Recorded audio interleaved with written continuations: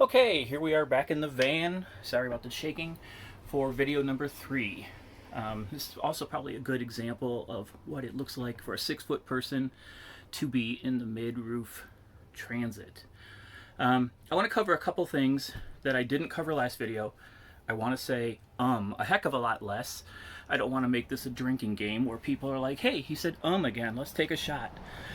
So let's turn it around and focus on the plumbing. I showed you the inside last time, but I kind of want to show you how the foot pump works. So let's do that.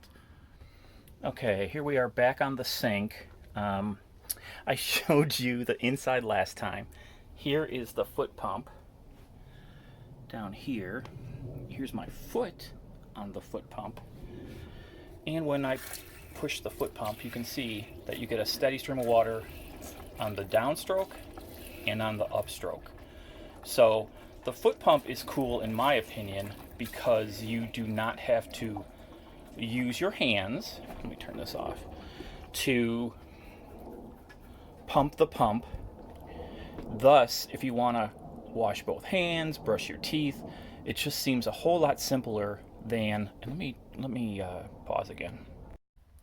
Since I am catering this video series to beginners, I want to talk a little bit about wiring up your electric. This goes for all the 12 volt that you're going to see throughout the van. Let me show you that. So here you see a stripped 12 volt run, red and black, positive and neutral. And let me show you kind of how I'm going to connect these. So there's two ways I'm going to connect this light to that bare plug. One, this is a male, it's actually a female connector, and you would put a male on the other end and you would just plug it in. The second thing you could do is a butt splice where the red goes in one end and the red goes out the other, and you crimp it down and make the connection that way. I don't recommend anything less permanent than those two solutions.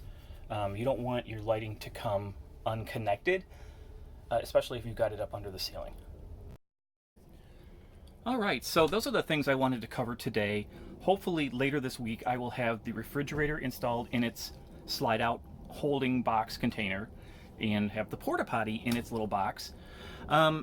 This van can be considered, I think, an adventure van, right? No one's going to live in here permanently. The garage is going to be used to haul toys, bikes, e-bikes, skateboards, electric skateboards, any sort of rock climbing gear that you want to bring on board, but it's not designed to live in at this point. That's a completely different design in my opinion. As far as what I want to accomplish from this site, I would like to not have a professional site, right? I'm not going to go out there and build a intro and run it every time and just suck up video time.